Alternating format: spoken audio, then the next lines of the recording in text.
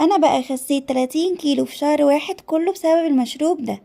انت كمان لو عايزة تخسي يبقى لازم تتفرجي على الفيديو ده. وكمان المشروب ده كله مكونات طبيعية وموجودة في كل بيت. حطيت بقى نعناع فريش ومعلقة صغيرة من القرفة وكمان معلقة صغيرة من الجنزبيل المطحون وكوباية من المية وقلبتهم كويس جدا. وكمان جبت ليمونة وعصرتها على الخليط ده وجبت كمان خيار وقطعته شرايح.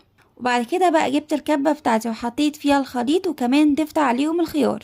عايزة بقى اقولك بجد ان الوصفة دي تحفة جدا، وكمان لو انتظمت عليها كل يوم شربتي منها كده كوباية هتجيب مفعول خلال اسبوع واحد وهتخسي عليها. ولو عايزة تخسي وما عملتيش المشروب ده وشربتيه كل يوم ما تلوميش بقى حد غير نفسك. وبعد كده بقى جبت ليمون وقطعته شرايح وجبت كمان كوباية وحطيت فيها الليمون ونعناع وكمان تلج، وحطيت بقى ربع كوباية من الخليط ده وزودت باقي الكوباية مية. وتقدري تحتفظي بباقي الخليط في التلاجة.